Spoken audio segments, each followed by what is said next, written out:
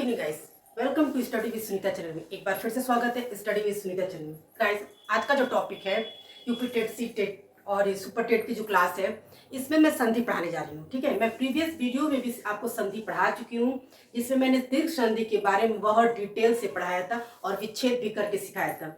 आज मैं आपको उसके आगे पढ़ाती हूँ, लेकिन आपको आज मैं पहचान करने के लिए सिर्फ बताऊंगी कि आप पहचान करके, मात्रा के अनुसार आप पहचान करके कैसे एग्जाम में आप संधि बताएंगे। और यही आता भी है, ठीक है ना, एग्जाम में यही आता है ये कौन सी संधि है, क्योंकि ऑप्टिकल क्वेश्चन होता है तो उसमें क्या होता है कि ये आपको बताना होता है कि इसमें ये कौन सी संधि है।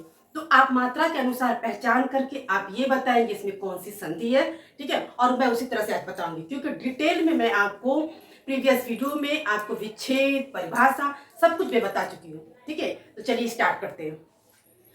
आगे है गुण संधि। ठीक है, गुण संधि जैसा कि बताया है आपकी कि वर्णों के मेल का जो होता है वो संधि होता है और शब्दों का मेल आपका समास होता है। यही डिफरेंस हो जाता है और इस तरह से एग्जाम में क्वेश्चन दे देता है।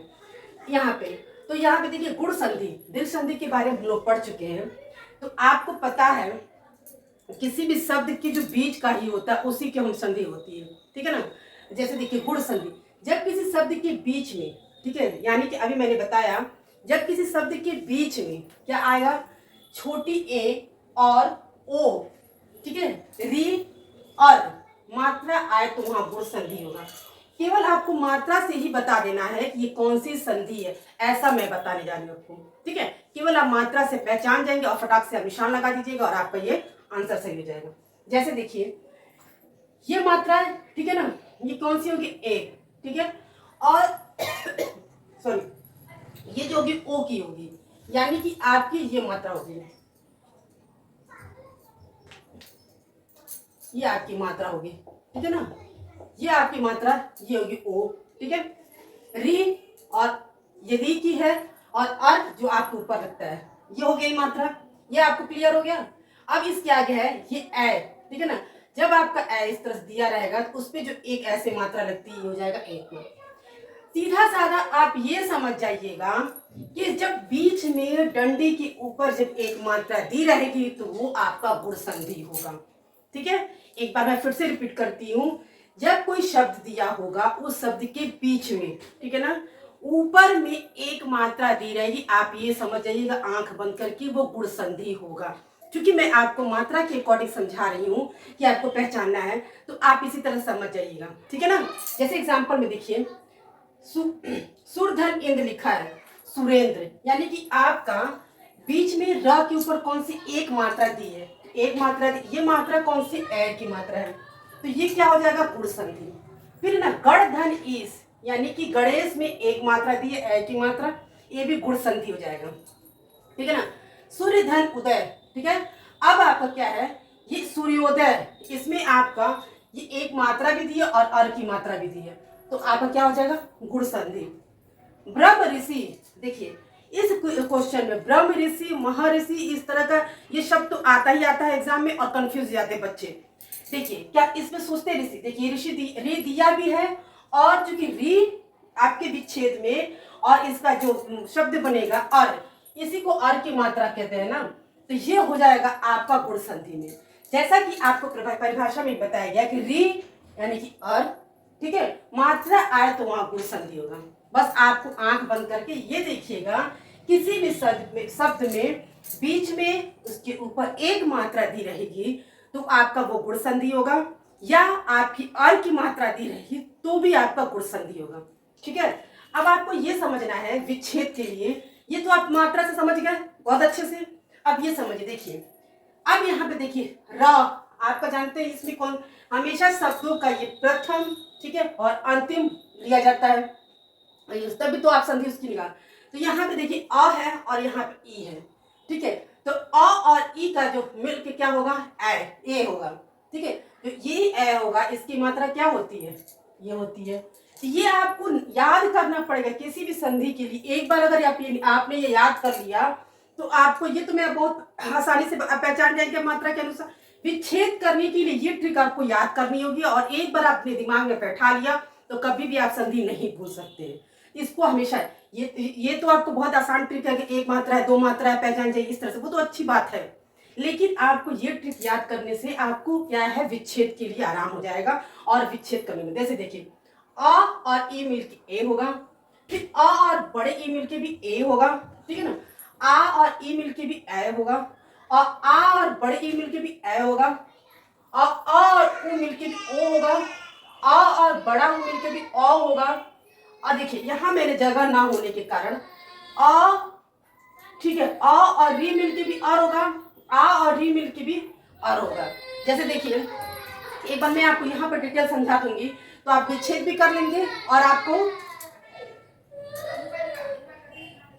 देखिए, जैसे देखिए यहाँ पे अ है और यहाँ पे ई है, तो देखिए ना अ और ई मिलके में क्या हो गया, ए।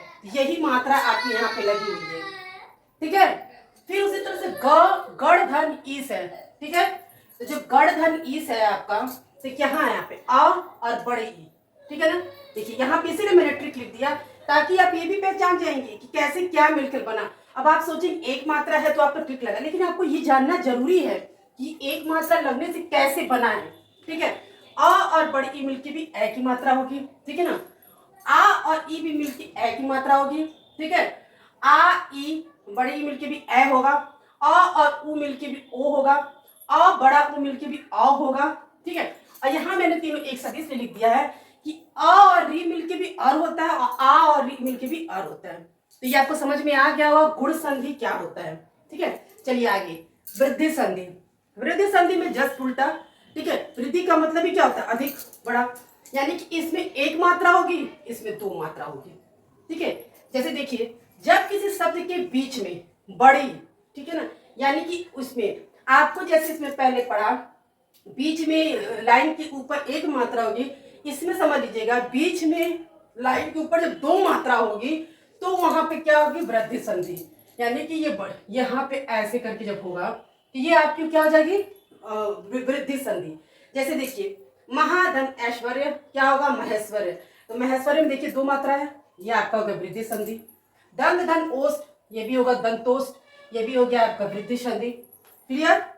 एक बार जब आदमी क्लियर हो जाता है तो उसके बाद वाला बहुत अच्छे से जल्दी जल्दी समझ में। जैसे आपने ये समझ लिया कि गुण संधि में एक मात्रा वाली जो होंगे, एक मात्रा के ऊपर एक मात्रा होगी तो आपका क्या होगा, गुण संधि।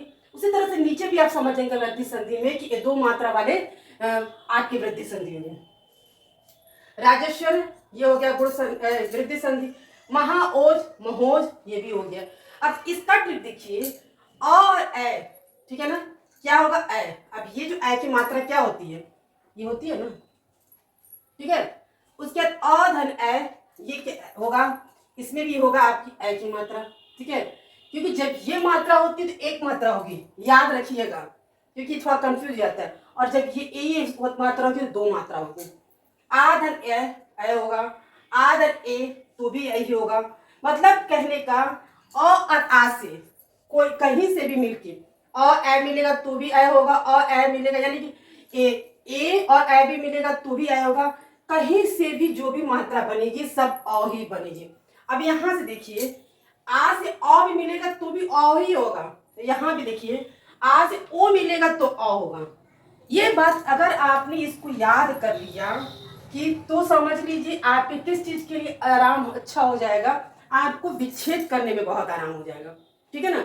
यानी कि किसी भी कंडीशन में आ से ए मिलेगा तो भी है, आ से ए मिलेगा तो भी है, आ से ओ मिलेगा तो भी आओ। जैसे उदाहरण के लिए देख लीजिए, क्या यहाँ पे महा ऐश्वर्य, ठीक है। अब यहाँ पे आ की मात्रा है, यहाँ पे ए की मात्रा है, तो क्या यहाँ पे है आ और ए मिलकर देखिए ए हो गया, तो यहाँ पे क्या हो गया, बड़े एक मात्रा हो गया। आप मात्रा से भी पहचान गए कि ये बड़े वृद्धि संधि होगी। आप विच्छेद भी समझ गए, आपने ये तो समझ लिया ना कैसे यहाँ हो गया। तो आप ये हो सकता है ना, यहाँ पे जब विच्छेद करेंगे तो क्या हो जाएगा, महा, भाई अ की मात्रा यहाँ पे, ठीक है ना, और ऐश्वर्य यानी कि ए, तो महा ऐश्वर्य ये हो जाएगा। इसका आप करेंगे महा ऐश्वर्य, ठीक है ना।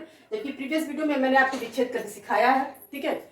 यही था आपका गुण संधि और वृद्धि संधि, जिसको मैंने आपको मात्रा के अनुसार ये बता दिया कि आप ये पहचान देंगे कौन सी गुण संधि और वृद्धि संधि है, ठीक है।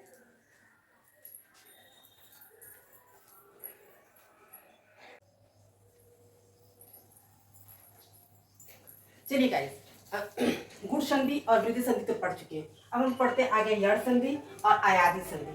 देखिए एक वीडियो में मैंने आपको, ठीक है, 4 संधि यानी कि संधि के जो प्रकार है 5, ठीक है, जिसमें कि मैंने सिर्फ एक वीडियो में मैंने आपको दीर्घ संधि बताया था। उस दीर्घ संधि में मैंने आपको पूरा डिटेल परिभाषा विच्छेद सब कुछ करके बताया था। आज की जो वीडियो में है बाकी जो 4 है वो मैं आप बताएंगे, ठीक है ना। जैसे गुण, वृद्धि, यड़, अयादि संधि एक वीडियो में, क्योंकि आपको आज के वीडियो में आपको पहचान करने का तरीका यानी कि मात्रा के अनुसार कैसे पहचाना जाता है वो आपको मैं बता रही हूँ, ठीक है ना। उसके बाद आपको ये चीज याद रखना है कि कौन सा वर्ड मिल के कौन सा क्या बनता है, ठीक है। तो ये आपको अगर याद हो जाएगा तो आपको सब मैंने पहले ही बताया, आपको विच्छेद करने के लिए बहुत आराम हो जाएगा, ठीक है। चलिए पढ़ते हैं यड़ संधि। उसी तरह से देखिए बहुत आसान है, ठीक है। जब किसी शब्द के बीच में य व र, ठीक है, कौन सा वर्ड आएगा, य व र के साथ अधूरा शब्द आए तो वहां पे यड़ संधि होता है, ठीक है। जब भी आपको संधि पहचानने के लिए एग्जाम में आएगा कि कौन सी संधि है तो देखिएगा अगर बीच में कौन सा वर्ड य व र के साथ, उसके साथ कोई अधूरा शब्द आता है, सॉरी अधूरा वर्ड आता है तो वहां पे क्या होगा, यड़ संधि। उदाहरण से समझते हैं।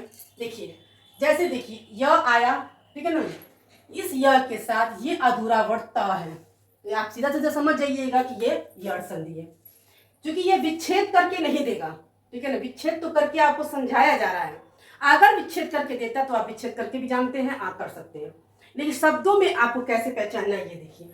अगर आपको दे दिया ये देखिए यह है, इस यह के साथ आपका अधूरा वर्ड त है तो यड़ संधि हो गया। उसी तरह से देखिए यहाँ भी य के साथ अधूरा वर्ड दिया है द, क्योंकि इस पे हलंत लगा है तो हलंत लगने के कारण ये आधा हो जाता है तो ये भी हो गया आपका यड़ संधि, ठीक है। अब यहाँ पे देखिए स्वागत, अब ये शब्द तो हमेशा एग्जाम में आता है, ठीक है ना। तो देखिए व के साथ अधूरा वर्ड है स तो क्या हो गया, ये भी यड़ संधि है। अब आपको ये याद रखना है किसके साथ किसके मेल से कौन सा वर्ड बनता है। देखिए ई छोटी और रहेगा तो आपका य और आ यानी कि अधूरा ये रहेगा, ये और अ, ठीक है। जैसे देखिएगा अभी ई और आ यानी कि य मतलब हलंत लगा हुआ आ, बड़ी ई और अ, फिर उसके बाद क्या होगा आपका जो बनेगा तो य पे हलंत आ, उ और आ व हलंत आ, उ और आ सॉरी व पे हलंत आ।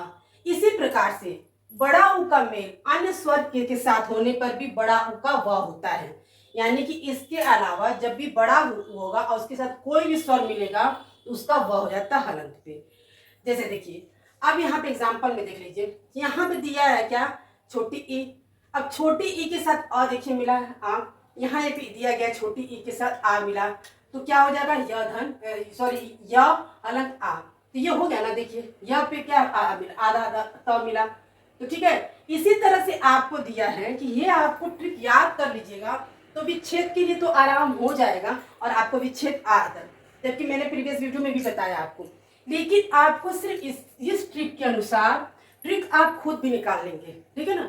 आपको ट्रिक बताने की जरूरत नहीं पड़ती है, क्योंकि जब आप अच्छे से लॉन्ग मेथड से पढ़े रहेंगे तो आपको जब आपको ये पढ़ लीजिए, जब किसी शब्द के बीच में य व र के साथ अधूरा शब्द आए तो वहां यड़ संधि, आप खुद समझ गए जब कोई शब्द है वहां पे और बीच में यह आया और यह के साथ अधूरा शब्द आया तो आप तो समझ ही जाएंगे कि यह यड़ संधि होगा। किसी को बताने की क्या जरूरत है, आपको खुद समझ में आ गया, ठीक है ना। उसी तरह से देखिए यहाँ पे जब इसका आप किए तो क्या है, व के साथ अधूरा शब्द क्या आया, स, तो यड़ संधि गया, यानी कि यड़ संधि सब पहचानना सबसे आसान होता है। अब आता है अयादि संधि, ठीक है ना, सबसे लास्ट संधि है अयादि संधि। जब किसी शब्द में, ठीक है ना, जब किसी शब्द में य हो व हो, ठीक है, कौन सा हो, य और व का उच्चारण निकले, ठीक है ना, उच्चारण निकले तो वहां अयादि संधि होती है, ठीक है, य व का। जैसे देखिए ऐसे अगर कोई स्वर होगा तो आय होगा, ठीक है, या कोई भी स्वर होगा तो ए के साथ कोई स्वर होगा तो आय होगा, कोई भी स्वर होगा तो ओ के साथ कोई स्वर होगा तो अव होगा, ठीक है, और अव के साथ कोई स्वर होगा तो आ होगा। जैसे देखिए यहाँ पे उदाहरण से समझते हैं। देखिए जैसे नयन, जब हम बोलते हैं नयन, न या न, तो ये क्या है आपका, ये आपका क्या हो गया, आपके न य न, यानी कि आपको जब उच्चारण करते हैं तो क्या आता है, य व का नयन या य उच्चारण आता है तो क्या हो जाता है आपका अयादि संधि। मोस्टली आपका जो बीच का जो शब्द वर्ड होगा वो य व से ही होता है, ठीक है ना। मोस्टली 90% आपका जो है, इसकी ट्रिक देखिए क्या है, इसकी ट्रिक आप निकालिएगा कि शब्दों में जो बीच का वर्ड होता है य और व होता है, ठीक है। मोस्टली 90% ये हो गया आपका ट्रिक। सेकंड ट्रिक ये है कि ये 3 अक्षर वाला होता है। आयादी संधि हमेशा आपको 3 अक्षर वाला होता है, तो ये आपका हो गया आयादी संधि। अब इसके नियम क्या है कि अय और कोई भी स्वर होगा तो अब उच्चारण में क्या निकलेगा, अय, जैसे नयन य, ठीक है, अय, ठीक है। और उसके बाद अय और कोई स्वर होगा तो अय होगा, ठीक है।